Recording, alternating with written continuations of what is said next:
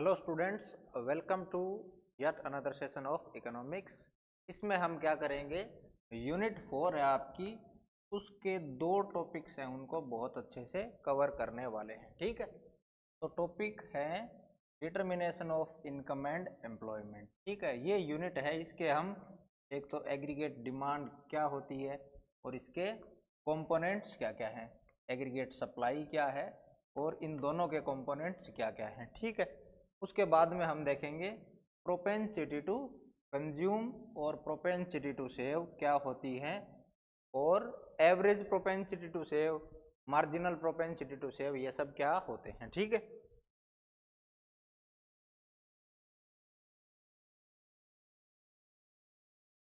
तो पहला टॉपिक है हमारा concept of aggregate demand. Aggregate demand क्या होती है। ठीक है, माइक्रो इकोनॉमिक्स में हम क्या देख रहे थे कि सिर्फ एक कमोडिटी है, जैसे क्लॉथ। अब क्लॉथ की एक इंडिविजुअल या फिर पूरे मार्केट की बात करें तो ओनली एक कमोडिटी है, उसकी टोटल कितनी यूनिट्स डिमांड की जा रही है, वो हमारी क्या थी, क्लॉथ की एक मार्केट डिमांड थी। यहाँ हम किसकी बात कर रहे हैं, एग्रीगेट। एग्रीगेट का मतलब है टोटल। ठीक है, तो टोटल में हम क्या लेंगे, जितनी भी गुड्स एंड सर्विसेज प्रोड्यूस हो रही हैं हमारी इकोनॉमी में, ठीक है, उन सब की कितनी क्वांटिटीज डिमांड की जा रही है। ठीक है, यानी कि टोटल एक्सपेंडिचर, हमारी जितनी कमोडिटीज प्रोड्यूस हो रही हैं उन पे जो एक्सपेंडिचर हो रहा है उसको हम क्या कहेंगे, एग्रीगेट डिमांड। अगर एक इंडिविजुअल की एक कमोडिटी की देखेंगे तो वो रहेगी हमारी इंडिविजुअल डिमांड, और एक कमोडिटी की पूरे मार्केट में कितनी डिमांड है, सिर्फ एक कमोडिटी क्लॉथ की बात हो रही हो, वो एग्रीगेट डिमांड नहीं होगी, वो रहेगी हमारी मार्केट डिमांड। और सभी गुड्स एंड सर्विसेज जो प्रोड्यूस हो रही है उन सब की अगर अपन एक्सपेंडिचर की बात करें तो वो हमारा किस में आएगा, एग्रीगेट डिमांड में। तो ये तीनों कॉन्सेप्ट आपको सही तरीके से क्लियर होने चाहिए। अब आगे है कि एग्रीगेट डिमांड है वो क्या है, एक फ्लो वेरिएबल है, यानी कि इसको मेजर करेंगे हम over a period of time.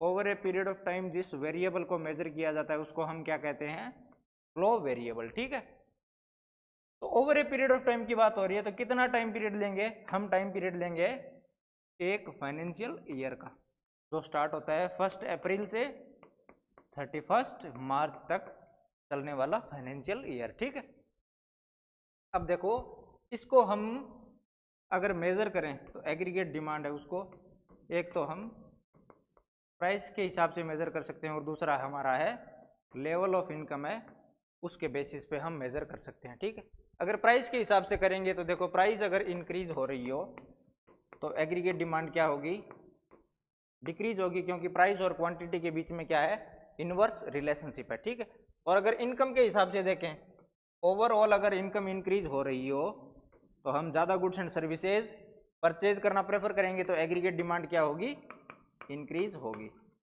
तो प्राइस और एग्रीगेट डिमांड के बीच में क्या है, नेगेटिव या फिर इनवर्स रिलेशनशिप है, और इनकम और एग्रीगेट डिमांड के बीच में कैसी रिलेशनशिप है,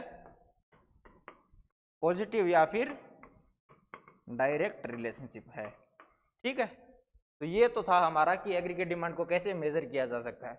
अब आपके सिलेबस में क्या दिया हुआ है, इनकम के हिसाब से दिया गया है कि जो लोग क्या है कि अपनी इनकम का जो लेवल है, नेशनल इनकम जो हमारा है, उसके बेसिस पे क्या स्पेंड करने की प्लानिंग कर रहे हैं। ये एक्चुअल प्लानिंग की बात हो रही है, एक्चुअल स्पेंडिंग की बात नहीं हो रही। ठीक है, what people wish to spend, desire क्या है, लोग क्या स्पेंड करना चाहते हैं। और हम यहाँ क्या पढ़ेंगे, सिर्फ लेवल ऑफ इनकम के साथ जो रिलेशनशिप है, यानी कि एग्रीगेट डिमांड और इनकम के बीच में जो रिलेशनशिप है उसी को स्टडी करेंगे। ठीक है, तो ग्राफ अगर एग्रीगेट डिमांड और इनकम का अगर हम बनाए तो ये हमारी वाई या फिर लेवल ऑफ इनकम,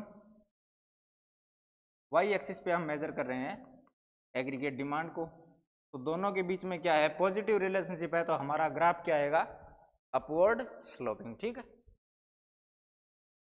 तो एग्रीगेट डिमांड क्या हुई, aggregate demand is the sum of total expenditure on all goods and services produced in an economy during a financial year. ठीक है, और ये किसकी बात हो रही है, that people plan to incur, actual spending की बात नहीं हो रही है। एक्चुअल की बात होती है कहाँ पे, नेशनल इनकम अकाउंटिंग जब हम करते हैं वहां पे एक्चुअल की बात होती है, ठीक है।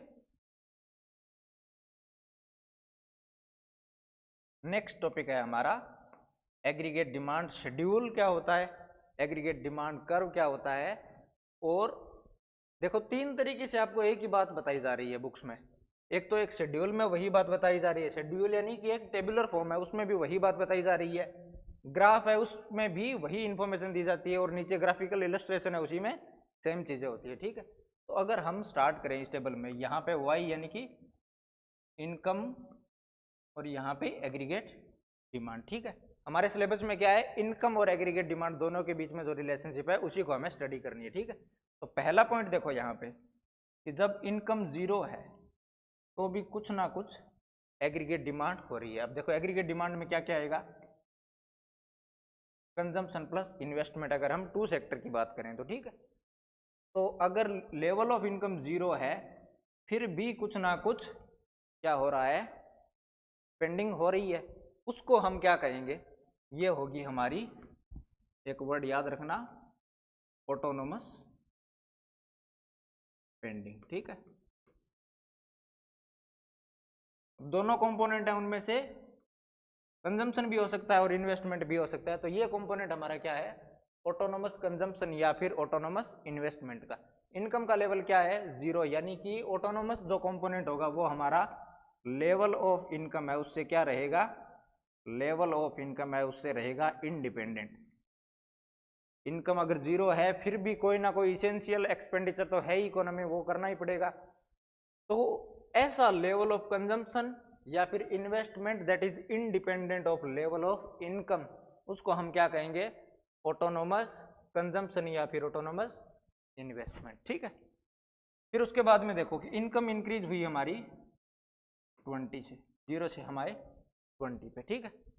कंजम्पशन में कितना इंक्रीज हुआ, कंजम्पशन या फिर इन्वेस्टमेंट में कितना इंक्रीज हुआ, एग्रीगेट डिमांड में 5, यानी कि अगर 20 का इंक्रीमेंट हो रहा है, देखो चेंज को हम डिनोट करते हैं डेल वाई से, ठीक है। इनकम में चेंज कितना आया, 0 से 20 पे आए तो 20 का क्या, ये 20 का 20 पूरा का पूरा एग्रीगेट डिमांड में आ रहा है, नहीं आ रहा, तो ये कहाँ जा रहा है, 5 रुपीज़ तो एग्रीगेट डिमांड में आ रहे हैं, बाकी जा रहे हैं हमारे सेविंग्स में, ठीक है। तो सेकेंड स्टेटमेंट क्या हुआ कि जितना इनकम में इंक्रीज होता है उससे एग्रीगेट डिमांड में क्या रहेगा, इंक्रीज कम रहेगा, ठीक है। अगर फिर से इनकम इंक्रीज हो रही है 20 से, तो अगेन हमारा जो एग्रीगेट डिमांड है वो 5 से ही इंक्रीज हो रही है, ठीक है।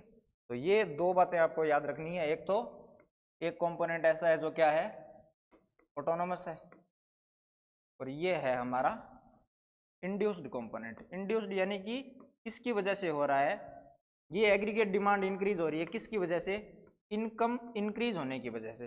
तो इंड्यूस्ड कंजम्पशन या फिर इंड्यूस्ड इन्वेस्टमेंट क्या रहेगा, वैसा इन्वेस्टमेंट और कंजम्पशन जो इनकम पे डिपेंडेंट हो, यानी कि इनकम इंक्रीज होगी तो वो इंक्रीज होंगे, इनकम डिक्रीज होगी तो वो डिक्रीज होंगे, ठीक है। अब देखो इसी को ग्राफिकल फॉर्म में दिया गया है, एग्रीगेट डिमांड या फिर एग्रीगेट एक्सपेंडिचर है, उसके 2 कंपोनेंट लिए गए हैं, सी प्लस आई। सी है हमारा कंजम्पशन एक्सपेंडिचर जो हाउस होल्ड्स करते हैं, और आई है इन्वेस्टमेंट एक्सपेंडिचर, ठीक है, जो बिजनेस फर्म्स कर रही हैं, ठीक है। यहाँ पे हम ले रहे हैं इनकम या फिर जीडीपी को, ठीक है। अगर इनकम जीरो है तो भी हमारा कुछ ना कुछ क्या हो रहा है, एग्रीगेट डिमांड है जो क्या है 30, और यहाँ पे इन्वेस्टमेंट कौन सा लिया गया है, ऑटोनोमस, ठीक है। सबसे पहले बात कर रहे हैं हम इसी कर्व पे, इनकम का लेवल अगर 20 है तो भी हमारा इन्वेस्टमेंट कितना है 10, अगर 0 है तो भी 10, अगर 40 है तो भी 10, अगर 60 है तो भी 10, 80 है तो भी 10, 100 है तो भी 10, यानी कि जो हमारा इन्वेस्टमेंट का कंपोनेंट जो हमने इस ग्राफ में ले रखा है वो क्या हो रहा है, लेवल ऑफ इनकम के हिसाब से चेंज नहीं हो रहा है, तो उसको हम क्या कहेंगे, ऑटोनोमस इन्वेस्टमेंट, ठीक है। एक कंपोनेंट की बात हुई, अगर ये 10 है तो बचा हुआ 20 क्या है, ऑटोनोमस कंजम्पशन, तो ये है हमारा ऑटोनोमस कंजम्पशन, ऑटोनोमस कंजम्पशन, और ये है ऑटोनोमस इन्वेस्टमेंट। ठीक है, इतनी बात क्लियर हुई। हम क्या क्या मेजर कर रहे हैं यहाँ पे, एग्रीगेट डिमांड या फिर एग्रीगेट एक्सपेंडिचर को, उसके दो कंपोनेंट है सी प्लस आई, इतना कंपोनेंट है ऑटोनोमस इन्वेस्टमेंट का और ये कंपोनेंट है ऑटोनोमस कंजम्पशन का। ठीक है, अगर इनकम का लेवल 0 है तो एग्रीगेट डिमांड कितनी है हमारी 30। फिर एक पॉइंट ऐसा आएगा जहां पे क्या है कि इनकम और आपकी एग्रीगेट डिमांड है वो दोनों क्या हो रही हैं, इक्वल हो रही हैं। ठीक है, तो क्या क्या सिचुएशन हो रही है देखो ग्राफ के, एक तो हम देख सकते हैं लेफ्ट हैंड साइड में और देख सकते हैं राइट हैंड साइड में। ठीक है, अब इनकम ये है हमारी इनकम लाइन। ठीक है, 45 डिग्री लाइन होती है वो क्या होती है, इनकम लाइन होती है। इसी के हिसाब से हमें क्या करना है, कंपैरिजन करना है। अब एक पोर्शन तो है ये, अब यहाँ पे इनकम है हमारी 20, ये 20 हमारी इनकम। ठीक है, और हम एक्सपेंडिचर कर रहे हैं 35 का। ठीक है, इनकम है हमारी 20, एक्सपेंडिचर कर रहे हैं हम 35 का। किस सिचुएशन में कर सकते हैं, जब क्या हो हमारी पास्ट सेविंग्स है उनको हम क्या कर रहे हो, यूटिलाइज कर रहे हो। ठीक है, यहाँ पे देखो इनकम है हमारी 20 रुपीज़, एक्सपेंडिचर हो रहा है हमारा 35 रुपीज़ का, यानी कि यहाँ पे हम क्या कर रहे हैं, डिस सेविंग्स कर रहे हैं। सेविंग्स हमारी क्या है इस पोर्शन में, नेगेटिव है। ठीक है, सेविंग्स हमारी क्या है, नेगेटिव है, क्योंकि हम क्या कर रहे हैं, इनकम से ज़्यादा एक्सपेंडिचर पे स्पेंड कर रहे हैं। ठीक है, तो इक्विलिब्रियम के लेफ्ट हैंड साइड में, यानी कि वेन एवर, देखो इसको ऐसे देखो, when ever aggregate demand is greater than income, यानी कि एक्सपेंडिचर ज़्यादा हो रहा है 35 का, इनकम है 20 की, तो हम क्या कर रहे हैं इकोनॉमी में, डिस सेविंग्स कर रहे हैं। ठीक है, ये बात क्लियर हुई। फिर यहाँ पे क्या है कि हमारी इनकम भी 40 है, एक्सपेंडिचर भी 40 हो रहा है, तो ना हम सेविंग कर रहे, सेविंग क्या कर रहे हैं, हम जीरो कर रहे हैं। ठीक है, जीरो सेविंग्स है यहाँ पे नेगेटिव सेविंग्स, जो कंजम्पशन आ रहा है वो हमारा कहाँ से आ रहा है, नेगेटिव सेविंग्स से ही आ रहा है। नेगेटिव सेविंग्स यानी कि पहले से हमारे पास 100 रुपये पड़े थे, उनमें से हम क्या कर रहे हैं, जो बचाए हुए हैं उनको यूज़ कर रहे हैं कंजम्पशन पर्पज़ के लिए। ठीक है, फिर एक पॉइंट ऐसा आया जहाँ पे क्या हुआ, एग्रीगेट डिमांड और वाई यानी कि इनकम हमारी इक्वल है, यहाँ पे सेविंग्स क्या है, 0 है, और इनकम पूरी की पूरी किस में जा रही है, हमारी कंजम्पशन में। ठीक है, 40 रुपीज़ इनकम है और 40 रुपीज़ का ही कंजम्पशन हो रहा है सी प्लस आई, अगर दोनों की बात करें तो। ठीक है, नेक्स्ट पॉइंट है हमारा कि जब क्या हो, ये 45 डिग्री लाइन हमारी इनकम की, ये एक्सपेंडिचर का कर्व एग्रीगेट डिमांड का। ठीक है, यहाँ पे देखो कि जब हमारी इनकम है 80 रुपीज़, हम क्या कर रहे हैं, स्पेंड कर रहे हैं सिर्फ 50। 80 रुपीज़ इनकम है, स्पेंड कर रहे हैं सिर्फ 50, तो हम क्या कर रहे हैं, 30 रुपीज़ की सेविंग्स कर रहे हैं। तो जब क्या हो, national income is greater than aggregate demand, तो हम क्या कर रहे हैं, सेविंग्स कर रहे हैं। ठीक है, तो यहाँ पे हमारी क्या हो रही है, पॉजिटिव सेविंग्स हो रही है। ठीक है, एग्रीगेट डिमांड और इनकम के साथ रिलेशन देखा है। एग्रीगेट डिमांड कर्व क्या है, अपवर्ड स्लोपिंग है, पहली बात। कुछ पार्ट ऐसा है एग्रीगेट डिमांड का जो लेवल ऑफ इनकम पे डिपेंडेंट नहीं है, उसको हम ऑटोनोमस कह रहे हैं। तीसरी बात की जगह, जब इनकम में इंक्रीमेंट हो रहा है 20 का, तो कंजम्पशन और इन्वेस्टमेंट दोनों को मिला के 20 का इंक्रीमेंट नहीं होगा, जो एग्रीगेट डिमांड में इंक्रीमेंट होगा वो क्या होगा, कम होगा। फिर पॉइंट आया कि जब तक हमारी इनकम एक्सपेंडिचर से कम है तब तक हम क्या कर रहे हैं, तो कंजम्पशन है उसको हम सपोर्ट कर रहे हैं हमारी पास्ट सेविंग्स से। ठीक है, फिर एक पॉइंट ऐसा आया जहां पे वाई और एग्रीगेट डिमांड दोनों क्या है, इक्वल है, वहां पे हम क्या कर रहे हैं, सेविंग्स कर रहे हैं 0, और पूरी की पूरी इनकम जा रही है हमारी एग्रीगेट डिमांड में। फिर उसके बाद में फेज आया कि जब हमारी इनकम तो है ज़्यादा, हम एक्सपेंडिचर कर रहे हैं कम, तो हम क्या कर रहे हैं, सेव कर रहे हैं। 80 है, उसमें से 50 रुपीज़ हमारी स्पेंडिंग पे जा रही हैं, हम प्लान कर रहे हैं कि इतना हम स्पेंड करेंगे, तो 30 रुपीज़ का हम क्या कर रहे हैं, 30 रुपीज़ की कर रहे हैं हम सेविंग्स। ठीक है, ये कर्व आपको अच्छे से समझ में आया। नेक्स्ट है कि एग्रीगेट डिमांड है, उसके कंपोनेंट्स क्या क्या है, हमें क्या करना है, कितना लोग प्लान कर रहे हैं एक फाइनेंशियल ईयर में गुड्स एंड सर्विसेज पे एक्सपेंडिचर इनकर करने के लिए। टू सेक्टर के लिए देखो, सर्कुलर फ्लो में मैंने क्या बताया था कि एक साइड में क्या होंगे, हाउस होल्ड्स, दूसरी साइड में होंगी हमारी बिजनेस फर्म्स, ठीक है, दूसरी साइड में बिजनेस फर्म्स। हाउस होल्ड्स जो एक्सपेंडिचर करेंगे उसको हम क्या कह रहे हैं, कंजम्पशन एक्सपेंडिचर। कंजम्पशन पर्पज के लिए ही नॉर्मली हाउस होल्ड्स क्या करते हैं, एक्सपेंडिचर इनकर करते हैं, ठीक है। तो ये हो गया हमारा प्राइवेट कंजम्पशन एक्सपेंडिचर, जिसको हम डिनोट कर रहे हैं किससे, कैपिटल सी से। सेकंड है कि बिजनेस फर्म्स हैं वो इन्वेस्टमेंट करती हैं, तो उनका एक्सपेंडिचर किस पे जाएगा, इन्वेस्टमेंट एक्सपेंडिचर पे, ठीक है। ये रहा हमारा इन्वेस्टमेंट एक्सपेंडिचर, जिसको हम डिनोट कर रहे हैं कैपिटल आई से, ठीक है। इन दोनों को अगर हम सम कर देंगे सी प्लस आई को, तो टू सेक्टर के लिए हमारे पास क्या आ रही है, टू सेक्टर के लिए हमारी एग्रीगेट डिमांड के कंपोनेंट्स की बात हो रही है, ठीक है, सी प्लस आई। तो aggregate demand is equal to C plus I, ये है हमारी टू सेक्टर की इक्वेशन, ठीक है। और यही दो कंपोनेंट हैं टू सेक्टर में। थ्री सेक्टर में क्या ऐड हो रहा है, गवर्नमेंट ऐड हो रही है, सी plus I plus government expenditure, ठीक है। गवर्नमेंट एक्सपेंडिचर को हम डिनोट कर रहे हैं किससे, गवर्नमेंट एक्सपेंडिचर को डिनोट कर रहे हैं कैपिटल जी से। तो थ्री सेक्टर है, उसकी हमारी एग्रीगेट डिमांड के कंपोनेंट की बात करें तो सी प्लस आई प्लस जी, ठीक है। अब आ गई ओपन इकोनॉमी। ओपन इकोनॉमी और क्लोज इकोनॉमी में क्या डिफरेंस है, ये दोनों किसके एग्जांपल है, ये हैं हमारे क्लोज इकोनॉमी के, यानी कि हम बाकी कंट्रीज है उनके साथ कोई इंटरनेशनल ट्रेड नहीं कर रहे हैं। ओपन इकोनॉमी में क्या होगा, देखो एग्रीगेट डिमांड पहले से हमारे पास क्या है, सी plus I plus ji. Open economy में क्या होगा कि जो एक्सपोर्ट्स कर रहे हैं उन पे एक्सपेंडिचर कर रहे हैं बाकी लोग, और इंपोर्ट है उस पे हम एक्सपेंडिचर कर रहे हैं।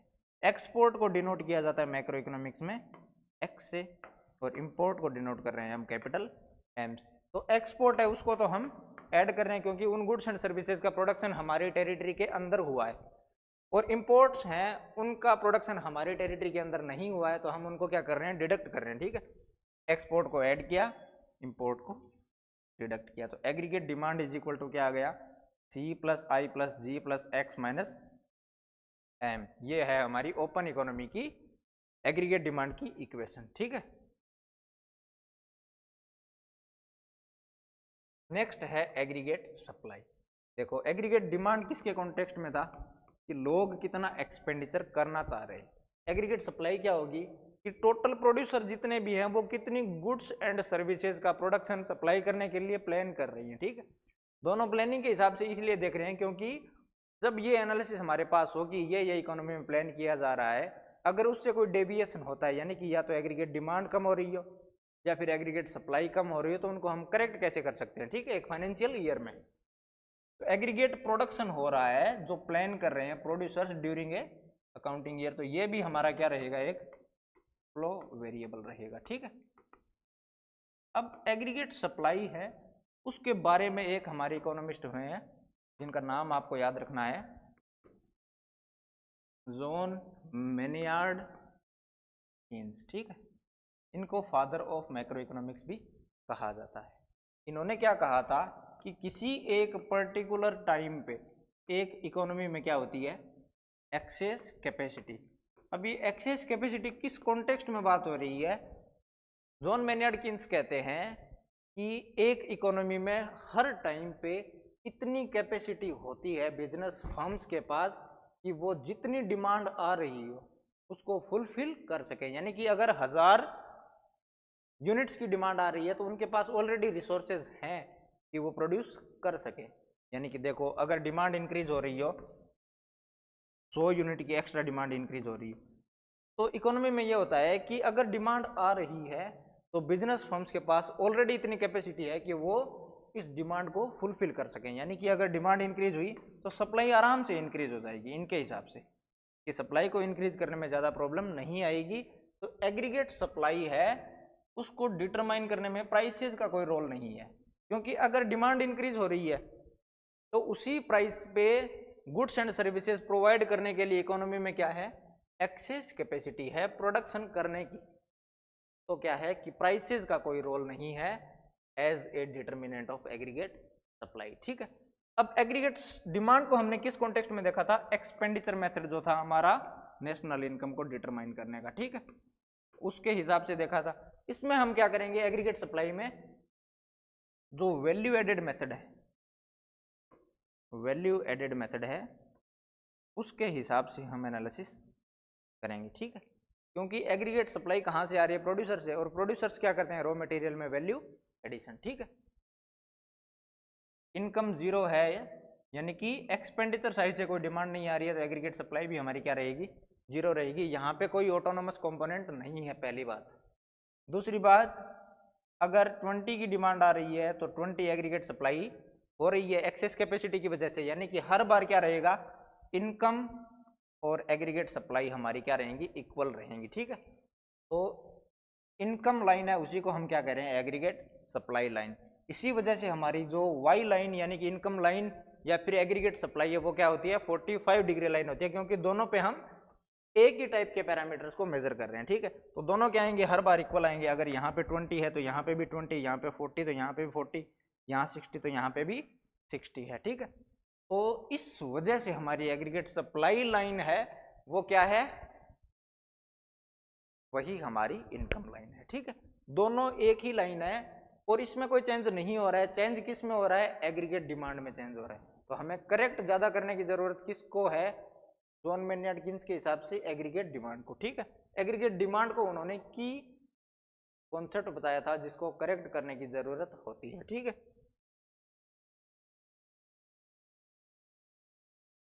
नेक्स्ट है हमारा कंजम्पशन फंक्शन। देखो एग्रीगेट डिमांड है, उसके कंपोनेंट की हमने बात की थी, एक तो है हमारा कंजम्पशन और एक है इन्वेस्टमेंट। तो पहले हम इस कंपोनेंट की बात कर रहे हैं, कंजम्पशन एक्सपेंडिचर की, ठीक है।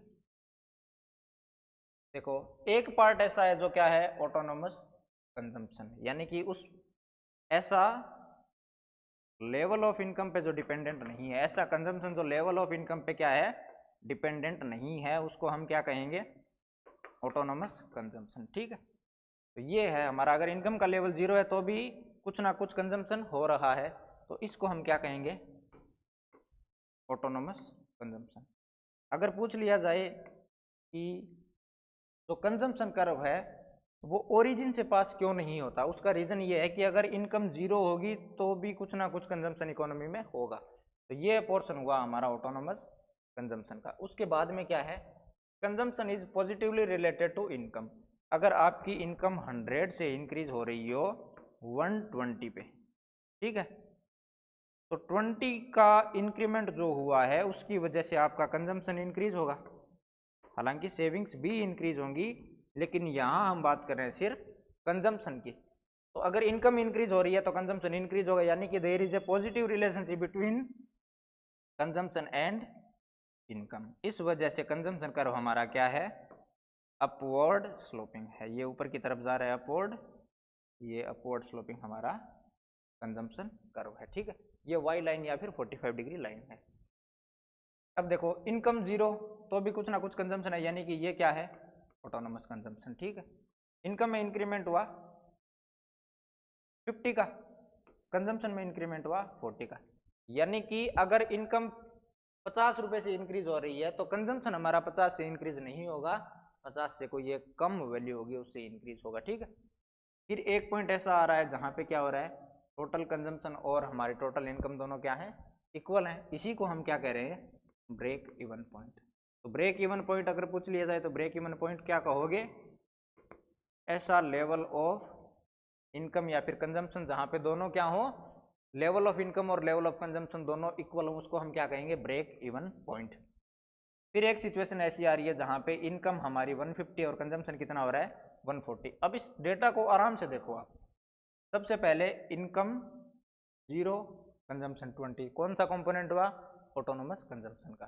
फिर देखो यहाँ पे क्या हो रहा है, वाई है हमारी वो कम है और कंजम्पशन ज़्यादा है, यानी कि इनकम तो है हमारी 50 रुपीज़ की, कंजम्पशन कर रहे हैं हम 60 रुपीज़ का। तो ये 60 रुपीज़ का कंजम्पशन कर कहाँ से रहे हैं, हम क्या कर रहे हैं, पहले जो हमारी सेविंग्स पड़ी हुई हैं उनको हम क्या कर रहे हैं, कम कर रहे हैं, ठीक है, यानी कि डिस सेविंग्स कर रहे हैं। तो जब तक y is lower than g, यानी कि ये इनकम लाइन है, कंजम्पशन ऊपर वाला है, तो ये पोर्शन है जहां पे क्या हो रहा है, पूरे पोर्शन में जहां पे consumption is greater than income, वहां पे क्या हो रहा है, डिस सेविंग्स हो रही है। ठीक है। फिर एक पॉइंट ऐसा आया जहां पे क्या हुआ कि इनकम भी इंक्रीज हुई, कंजम्पशन भी इंक्रीज हुआ, दोनों आके क्या हो गए, इक्वल हो गए। इसको हम क्या कह रहे हैं, ब्रेक इवन पॉइंट। और फिर एक गैप ऐसा है जहां पे वाई वाली लाइन है इज ग्रेटर देन कंजम्पशन, तो 150 से 140 हमारा ग्रेटर है, तो ये 10 रुपीज कहाँ जा रहे हैं, हमारे सेविंग्स में जा रहे हैं। ठीक, ये आपको याद रखना है। ठीक है। The entire increase in Y during a particular period is not converted into C, क्योंकि कुछ पार्ट है वो हमारा किस में जा रहा है, सेविंग्स में भी जा रहा है। ठीक है। पूरी की पूरी इनकम में जो इंक्रीज हो रहा है उसको हम कंज्यूम नहीं कर रहे हैं, उसमें हम कुछ पार्ट है उसको सेविंग्स में भी कन्वर्ट कर रहे हैं। ठीक। नेक्स्ट है हमारा कि कंजम्पशन कर्व है उसका स्लोप क्या है और मार्जिनल प्रोपेंसिटी टू कंज्यूम क्या है। देखो ये ऐसे आपके पास ये था हमारा कंजम्पशन कर्व। ठीक। अगर आपको कभी भी स्लोप किसी लाइन का पता करना हो, ये एक्स एक्सिस ये वाई एक्सिस, एक्स एक्सिस पे मेजर कर रहे हैं हम इनकम को और यहाँ पे हम मेजर कर रहे हैं कंजम्पशन को। ठीक है। अगर किसी भी लाइन का आपको स्लोप याद करना हो या निकालना हो तो क्या करोगे आप, वाई एक्सिस पे जो क्वांटिटी दी हुई है और एक्स एक्सिस पे जो दी हुई है दोनों को डिवाइड कर दोगे। ये है स्लोप का फॉर्मूला। ठीक। अगर स्लोप आपको निकालना हो तो क्या करोगे, वाई एक्सिस पे जो भी क्वांटिटी दी हुई है उसमें कितना चेंज हो रहा है और उसको डिवाइड करोगे एक्स एक्सिस पे जो भी क्वांटिटी दी हुई है उसको। ठीक है। यानी कि वाई में जितना चेंज हो, वाई पे हम क्या मेजर कर रहे हैं, डेल टी, यानी कि चेंज देख रहे हैं, मेजर कर रहे हैं कंजम्पशन को, जो कंजम्पशन में कितना चेंज हुआ इस पॉइंट से यहां तक जा रहे हैं, तो कंजम्पशन में कितना चेंज हुआ यहां पे दिया हुआ है 40। ठीक। डेल एक्स यानी एक्स एक्सिस पे क्या मेजर कर रहे हैं, इनकम को, तो यहां पे हम लिखेंगे डेल वाई, यानी कि इनकम में जो चेंज हुआ यहां से यहां तक गए 100 से चेंज हुआ कितना, 50 का, 100 से 150 इनकम इंक्रीज हुई तो 50 का चेंज हुआ, तो डिवाइड करेंगे इसको 50 से, ये हमारे पास आ रहा है 0.8। ठीक है। यानी कि अगर हम जो कंजम्पशन में चेंज हो रहा है उसको डिवाइड करें जो इनकम में चेंज हो रहा है उससे, तो हमारे पास क्या आ रहा है, कंजम्पशन कर्व का स्लोप आ रहा है। इसी को हम क्या कहते हैं, marginal propensity to consume. Consumption curve है उसका स्लोप है वो किससे पता चलता है, या फिर एमपीसी क्या दिखाती है, मार्जिनल प्रोपेंसिटी टू कंज्यूम क्या है कि 50 से आपकी इनकम इंक्रीज हुई तो उसका कितना पार्ट है वो आप किस में लेके जा रहे हो, कंजम्पशन में लेके जा रहे हो। 50 से इनकम इंक्रीज हुई उसका 40 रुपीज है वो हमारा कंजम्पशन में जा रहा है, तो इंक्रीज इनकम में हुआ 50 का, कंजम्पशन में हुआ 40 का, तो मार्जिनल प्रोपेंसिटी टू कंज्यूम वही है कि जो इंक्रीमेंट हुआ है इनकम में उसकी वजह से कंजम्पशन आपका कितना इंक्रीज हो रहा है। ठीक है। ये है हमारा marginal propensity to consume, del C divided by del Y, जो क्या है, कंजम्पशन कर्व है उसका स्लोप है। अब जो हमने पीछे एग्जांपल लिया था उसमें आप निकाल के देख लेना, हर पॉइंट पे del C divided by del Y कितना आएगा, 0.8 ही आएगा, यानी कि मार्जिनल प्रोपेंसिटी टू कंज्यूम या फिर स्लोप किसका, कंजम्पशन कर्व का, वो क्या है, कांस्टेंट है। अगर स्लोप कांस्टेंट रहता है तो हमारे पास क्या आती है, एक स्ट्रेट लाइन। तो स्ट्रेट लाइन कब होगी, कंजम्पशन कर्व, कंजम्पशन कर्व है वो स्ट्रेट लाइन कब होगी, जब क्या हो, मार्जिनल प्रोपेंसिटी टू कंज्यूम क्या हो, कांस्टेंट हो। मार्जिनल प्रोपेंसिटी टू कंज्यूम अगर कांस्टेंट होगी तो जो कंजम्पशन कर्व आएगा वो हमारा क्या रहेगा, एक कांस्टेंट, यानी कि एक लीनियर कंजम्पशन कर्व होगा। और आपके सिलेबस में ओनली लीनियर कंजम्पशन की बात ही हो रही है। ठीक है। नेक्स्ट है हमारा एल्जेब्रिक रिप्रेजेंटेशन या फिर प्रेजेंटेशन ऑफ कंजम्पशन कर्व। देखो पीछे हमने क्या देखा कि कंजम्पशन का एक पार्ट है जो क्या है, ऑटोनोमस है। ऑटोनोमस है इसका मतलब क्या है कि वो पार्ट इनकम पे डिपेंडेंट नहीं है, तो उसमें कहीं भी वाई वेरिएबल यानी कि इनकम वाला वेरिएबल है वो नहीं आएगा। सेकंड कंपोनेंट कौन सा है, सेकंड है हमारे पास इंड्यूस्ड कंजम्पशन, जो किस पे डिपेंड हो रहा है, जो डिपेंड हो रहा है हमारा इनकम पे। ठीक है, तो अब देखो एल्जेब्रिक फंक्शन की बात करें तो सी यानी कि टोटल कंजम्पशन है वो किसके इक्वल है, सी बार प्लस बी वाई, ये हो गया टोटल कंजम्पशन। सी बार क्या है, ऑटोनोमस कंजम्पशन, इसके साथ वाई वेरिएबल नहीं है, इसका मतलब क्या है, वो इनकम पे डिपेंड नहीं कर रहा है। ठीक है, तो ये है हमारा ऑटोनोमस कंजम्पशन जिसको डिनोट कर रहे हैं हम सी बार से। बी क्या है हमारा, बी है marginal propensity to consume, MPC. ठीक है, तो एमपीसी को अगर मल्टीप्लाई करेंगे वाई से तो हमारे पास क्या आएगा, इंड्यूस्ड कंजम्पशन। ठीक है, एक पार्ट है हमारा ऑटोनोमस का और दूसरा है इंड्यूस्ड का, जिसको हम डिनोट कर रहे हैं बी वाई से। देखो अगर हमें पता हो कि इनकम का 0.8 पार्ट है वो किस में जा रहा है, कंजम्पशन में जा रहा है, तो जितना इनकम में इंक्रीज हुआ 50 से इंक्रीज हुआ था, तो इसको मल्टीप्लाई करेंगे तो हमारा इनकम में इंक्रीज होने की वजह से कंजम्पशन इंक्रीज हुआ, वो कितना हुआ 40। तो ये आ गया हमारा 40 प्लस ऑटोनोमस, हमारे पास ऑलरेडी कितना था, कोई भी वैल्यू ले लो, अगर 20 ले रखी है तो ये हो जाएगा 60। तो C bar plus B Y where B denotes marginal propensity to consume और वाई है लेवल ऑफ इनकम। ठीक है,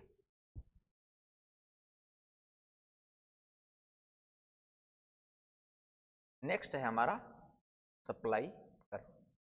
देखो एक बार फिर से वहीं से डिराइव करना, अगर आपको कंजम्पशन फंक्शन सही तरीके से समझ में आ गया तो सेविंग्स फंक्शन डिराइव करना और उसके क्वेश्चन करना आपके लिए कोई डिफिकल्ट बात नहीं है। इनकम है उसमें इंक्रीज हुआ कि हमारी इनकम इंक्रीज हुई 50 से, अब कहाँ कहाँ चेंज आ सकता है, एक तो ये कि हम कुछ गुड्स एंड सर्विसेज हैं उनको कंज्यूम कर लेंगे तो हमारा कंजम्पशन इंक्रीज हो सकता है। दूसरी साइड में क्या हो सकता है कि 50 इंक्रीज हो, उसमें से 40 तो चलो ठीक है कंजम्पशन में जा रहे हैं, लेकिन 10 रुपये फ्यूचर के लिए सेव भी करके रखो, तो एक साइड में हमारी सेविंग्स भी जा रही है। ठीक है, तो डेल वाई यानी कि इनकम में जो चेंज हुआ वो डेल सी में हो सकता है या फिर डेल एस, यानी कि का तो या तो आपका कंजम्पशन इंक्रीज हो सकता है या फिर आपकी सेविंग्स इंक्रीज हो सकती हैं या चेंज हो सकती हैं। ठीक, अब देखो जब आपको ये पता है कि y is equal to C plus S है, यानी कि या तो कंज्यूम किया जा सकता है या फिर सेव किया जा सकता है। ठीक है, कंजम्पशन फंक्शन आपके पास कितना है, सी bar plus B O Y. ठीक है, ये है कंजम्पशन, प्लस आपको क्या करना है, सेविंग्स का यहाँ से निकालना है। सेविंग्स को इस साइड में रखो, y माइनस सी बार माइनस बी वाई, ये पोर्शन है इसको हम कहाँ लेके जा रहे हैं, इस साइड में लेके जा रहे हैं, is equal to savings.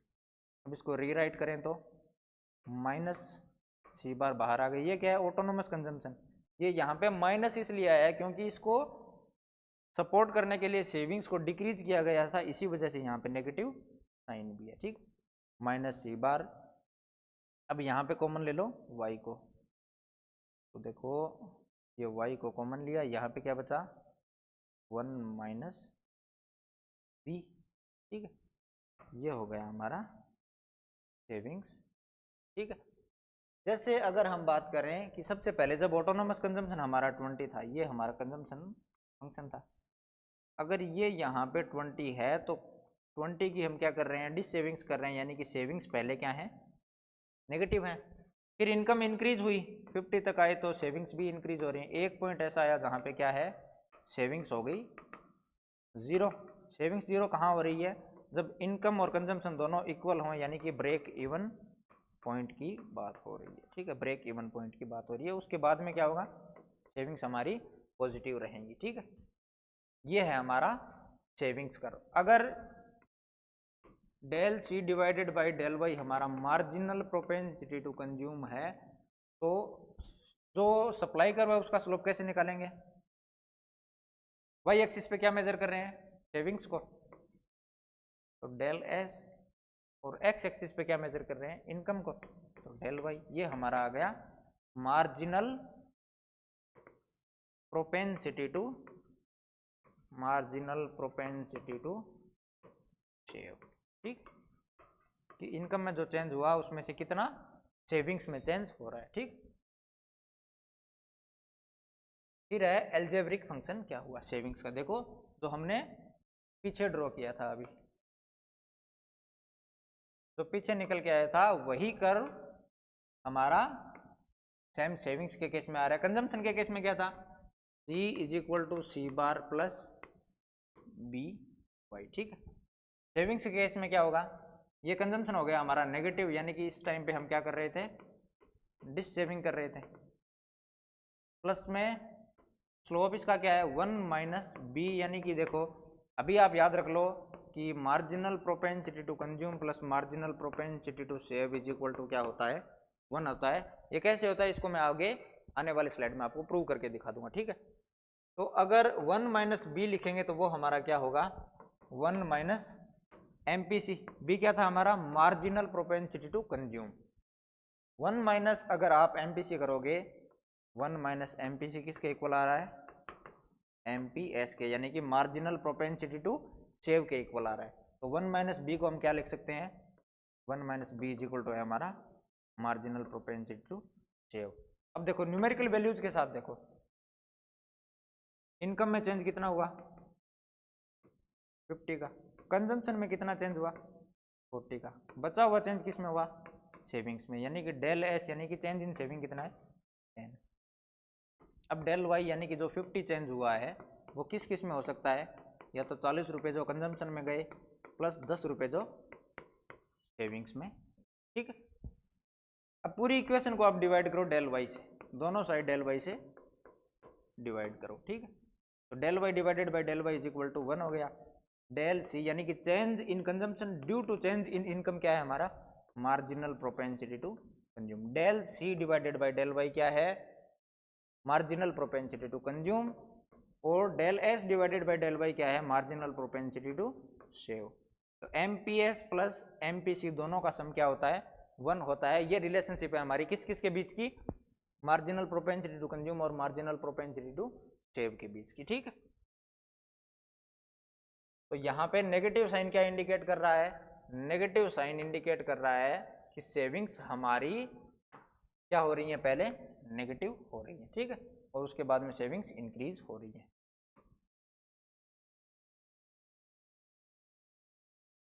Next है कि जब हमारे पास कंजम्पशन दिया हुआ हो तो उस कंजम्पशन कर्व से हम सेविंग्स कैसे डिराइव कर सकते हैं। देखो यहाँ पे एक बात ये याद रखनी कि इनकम है उसको या तो कंज्यूम किया जा सकता है या फिर सेव किया जा सकता है।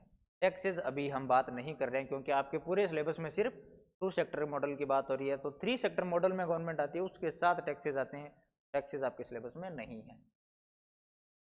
इनकम का लेवल 0 तो कंजम्पशन 20, यानी कि अगर इनकम 0 है, इनकम है हमारी 0, ये इनकम 0, कंजम्पशन है 20 का, तो बचा हुआ पार्ट क्या होगा सेविंग्स का। अगर इस 20 को इधर लेके जाएंगे तो क्या बचेगा हमारे पास सेविंग्स आ रही है नेगेटिव में, यानी कि जब तक ऑटोनोमस कंजम्पशन है तब तक हमारी सेविंग्स क्या है नेगेटिव है। कौन से पार्ट तक, ये वाला पार्ट कौन सा है जहाँ पे consumption is greater than income. तो जब तक कंजम्पशन इनकम से बड़ा है यानी कि यहाँ तक की बात करें तो सेविंग्स हमारी क्या रहेंगी, सेविंग्स रहेंगी हमारी नेगेटिव। तो ये रही नेगेटिव इस पॉइंट तक। ठीक है, ब्रेक इवन पॉइंट से लेफ्ट तक ये है ब्रेक इवन पॉइंट, और इससे लेफ्ट की बात हो रही है।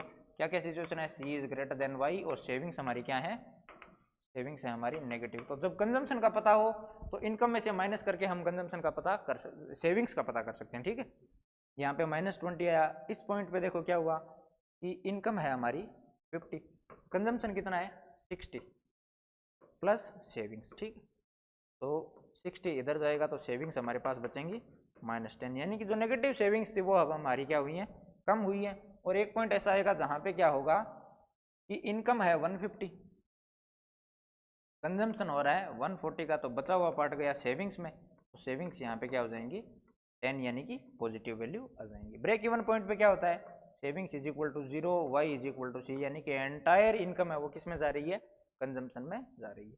तो सेविंग्स हमारी क्या रहेंगी ऑटोमेटिकली ब्रेक इवन पॉइंट पे 0 रहेंगी। ब्रेक इवन पॉइंट से लेफ्ट में क्या क्या हो रहा है, देखो ये ब्रेक इवन पॉइंट, इससे लेफ्ट में क्या क्या हो रहा है, एक बार कंप्लीट समराइज करते हैं। सी इज ग्रेटर देन वाई, यानी कि consumption is greater than income, पहली बात। दूसरी बात क्या हो रही है, सेविंग्स हमारी क्या है, नेगेटिव, यानी कि हम क्या कर रहे हैं, इकोनॉमी में डिस सेविंग्स कर रहे हैं। और ये पार्ट है हमारा, ये क्या है, ऑटोनोमस कंजम्पशन का, जो ऑलरेडी डिस्कस किया हुआ है। फिर आता है break even point. Break even point पे क्या क्या है, देखो y is equal to C है, सेविंग्स क्या रहेंगी, फिर जीरो रहेंगी।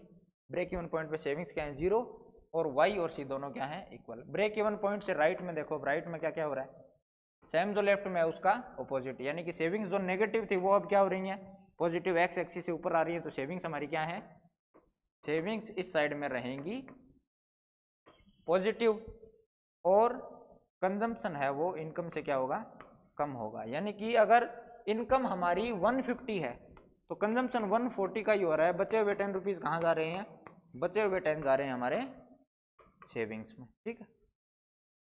जो सप्लाई कर, जो सेविंग्स कर्व है उसका स्लोप हमारा क्या है, सेविंग्स कर्व का स्लोप है हमारा मार्जिनल प्रोपेंसिटी टू सेव। यानी कि स्लोप निकालना हो तो क्या करेंगे, डेल एस, वाई एक्सिस पे क्या मेजर कर रहे हैं, सेविंग्स को, del S divided by del Y. ये क्या है हमारा marginal propensity to save.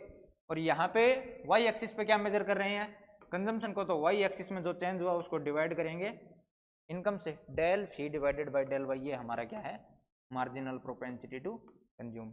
Marginal propensity to consume और मार्जिनल प्रोपेंसिटी टू सेव दोनों के बीच में क्या रिलेशन है, कि MPS plus MPC is equal to क्या होता है, 1 होता है, ठीक। नेक्स्ट है relationship between propensity to consume and propensity to save, जो हमने ऑलरेडी कर लिया, ठीक है। मार्जिनल के केस में हमने ऑलरेडी कर लिया है। क्या रिलेशनशिप निकल के आ रही है, कि अगर इनकम में कोई चेंज हो रहा है वो या तो कंजम्पशन में हो सकता है या फिर सेविंग्स में हो सकता है। पूरी इक्वेशन को हमने डेल वाई से डिवाइड किया। अब हमें पता है कि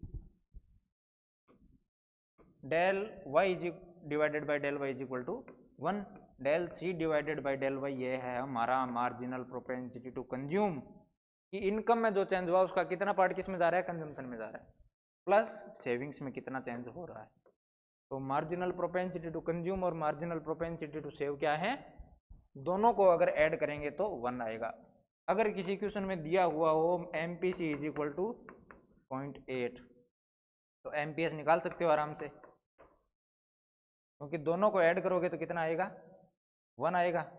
तो MPS plus 0.8 is equal to 1, ये इधर गया 1 माइनस 0.8, यहाँ बचा हमारा एमपीएस, ये कितना आया 0. तो यानी कि दोनों को मिलाओगे, दोनों को ऐड करोगे तो दोनों का सम कितना आना चाहिए, 1 आना चाहिए। ये तो हुआ मार्जिनल प्रोपेंसिटी टू कंज्यूम और सेव के बारे में। अब एक कॉन्सेप्ट और है, वो है average propensity to consume, average propensity to consume, ठीक। इसमें हम क्या देखेंगे कि ओवरऑल कंजम्पशन कितना है और ओवरऑल इनकम कितनी है। मार्जिनल के केस में क्या देख रहे थे कि चेंज कितना हो रहा है, वाई में चेंज हो रहा है, उसकी वजह से कंजम्पशन में कितना चेंज हो रहा है। यहाँ हम देख रहे हैं कि वाई के किसी लेवल पे, कि अगर इनकम अगर 60 है तो कंजम्पशन कितना है, चेंज की बात यहाँ पे नहीं हो रही है, ठीक है। तो कंजम्पशन कितना है वाई में से, उसको हम क्या कहेंगे, average propensity to consume C divided by Y. ये कभी भी स्लोप नहीं दिखाता है। कंजम्पशन कर्व का स्लोप कौन सा दिखाएगा, स्लोप दिखाएगा सिर्फ हमारा कौन सा component, marginal propensity to consume. तो स्लोप ऑफ कंजम्पशन कर्व क्या होता है, मार्जिनल प्रोपेंसिटी टू कंज्यूम, और सेविंग्स कर्व है उसका स्लोप क्या होता है, मार्जिनल प्रोपेंसिटी टू सेव, ठीक है। सेम इसी तरीके से अगर आप बात करें एवरेज प्रोपेंसिटी टू सेव, तो वो क्या होगी, total savings divided by total income, ठीक है। अब देखो दोनों के बीच में रिलेशनशिप क्या हो सकती है। टोटल इनकम है वो या तो कंज्यूम की जा सकती है या फिर सेव की जा सकती है। सेम वही फॉर्मूला था कि अगर इनकम में चेंज होता है तो वो चेंज या तो कंजम्पशन में हो सकता है या फिर सेविंग्स में हो सकता है, ठीक। दोनों को एक साथ देख रहे हैं, एमपीएस, एपीएस, एमपीसी, एपीसी, ठीक। अब इसको डिवाइड करो वाई से और इधर वाली इक्वेशन को डिवाइड करो डेल वाई से, ठीक। सी डिवाइडेड बाई वाई क्या है, AP, average propensity to consume. S divided by Y क्या है, savings divided by Y is equal to APS. ये दोनों कितनी आ रही है, 1 निकल के आ रही है। यहाँ पे देखो del Y divided by del Y is equal to 1, del C divided by del Y क्या है, मार्जिनल प्रोपेंसिटी टू कंज्यूम, और del S divided by del Y क्या है, मार्जिनल प्रोपेंसिटी टू सेव। तो ये दोनों इक्वल आ रही है। ये रिलेशनशिप है एवरेज और मार्जिनल प्रोपेंसिटी टू सेव और कंज्यूम के बीच में। अब देखो कुछ फैक्ट्स देखते हैं हम एवरेज प्रोपेंसिटी टू कंज्यूम से related. Average propensity to consume related क्या है कि सी डिवाइडेड बाई वाई, क्या ऐसा कोई कंपोनेंट था जहां पे कंजम्पशन हमारा कितना आ रहा था, सेविंग से, सॉरी इनकम से क्या हो रहा था, ग्रेटर हो रहा था। अगर ये वाली वैल्यू बड़ी है, ये छोटी है, तो 1 से बड़ी वैल्यू आ सकती है 1.06 या कोई भी एक वैल्यू आ सकती है। तो एवरेज प्रोपेंसिटी टू कंज्यूम है वो क्या हो सकती है, ग्रेटर देन 1 हो सकती है एपीएस की वैल्यू, क्योंकि अगर ये वैल्यू 10 है, इनकम अगर 2 ही है, ऐसी सिचुएशन आई थी हमारे पास जहाँ पे इनकम से कंजम्पशन ज़्यादा है, तो वहाँ पे 1 से बड़ी वैल्यू आ सकती है एपीसी की, ठीक है। क्या एपीसी नेगेटिव हो सकती है, नहीं हो सकती, क्योंकि अगर इनकम का लेवल 0 है तो भी कुछ ना कुछ कंजम्पशन तो हो ही रहा है। तो 0 हो सकती है एपीसी की वैल्यू, बिल्कुल 0 हो सकती है। जी डिवाइडेड बाई वाई अगर करेंगे, 0 भी नहीं हो सकती, देखो वो हो सकती है इनफाइनाइट। इनकम 0 हो सकती है, सी डिवाइडेड बाई 0 करोगे तो एपीसी इनफाइनाइट हो सकती है, 0 नहीं हो सकती। एपीसी नेगेटिव नहीं हो सकती, क्योंकि अगर इनकम का लेवल 0 है तो भी कुछ ना कुछ कंजम्पशन हो रहा है, और एपीसी की वैल्यू 1 से ग्रेटर हो सकती है। अब बात करते हैं सेम हम एवरेज प्रोपेंसिटी टू सेव की। क्या ऐसी सिचुएशन आई थी जहां पे सेविंग्स हमारे आ गया था, सेविंग्स थी हमारी नेगेटिव। सेविंग्स नेगेटिव है तो एपीएस भी हम क्या कह सकते हैं, क्या हो सकता है, नेगेटिव हो सकता है, ठीक। अब बात करते हैं मार्जिनल प्रोपेंसिटी टू कंज्यूम और सेव की। देखो डेल वाई में चेंज कितना आया, 50 का। तो क्या इससे बड़ा चेंज इन दोनों में हो सकता है, नहीं हो सकता, क्योंकि इनकम 50 से इंक्रीज हुई है, तो कंजम्पशन 50, कंजम्पशन और सेविंग्स दोनों मिलके 50 से इंक्रीज हो सकते हैं। एक हुआ 40 से और एक हुआ 10 से, यानी कि ये दोनों वैल्यू 50 से कम है। तो एमपीसी निकाल के देख लो इस लेवल पे, 40 डिवाइडेड बाई 50.8, यानी कि ये क्या है, 1 से लोअर वैल्यू ही आएगी। दोनों की मिला के अगर 1 आ रही है तो यानी कि ऑब्वियसली दोनों की वैल्यू, एमपीसी और एमपीएस दोनों की वैल्यू क्या रहेगी, 1 से कम ही रहेगी, ठीक है। तो क्या एमपीसी और एमपीएस नेगेटिव हो सकते हैं, क्या नेगेटिव हो सकते हैं, नहीं हो सकते, क्योंकि अगर ये इनकम 50 से डिक्रीज भी हो रही है तो दोनों साइड पे साइन क्या होंगे, सेम होंगे, तो कैंसिल आउट हो जाएंगे। यानी कि मार्जिनल वैल्यूज हैं वो कभी भी नेगेटिव नहीं हो सकती। सिर्फ नेगेटिव हो सकता है आपका एवरेज प्रोपेंसिटी टू सेव, और 1 से बड़ी वैल्यू किसकी आ सकती है, एपीसी की 1 से बड़ी वैल्यू आ सकती है, ठीक। इसी के साथ हमारे 2 टॉपिक्स हैं वो डिटेल में हमने कवर कर लिए। आई होप आपको समझ में आए होंगे। Thank you for listening patiently, have a great day. और बचे हुए टॉपिक हैं उनको हम नेक्स्ट टॉपिक में कवर कर लेंगे, ठीक।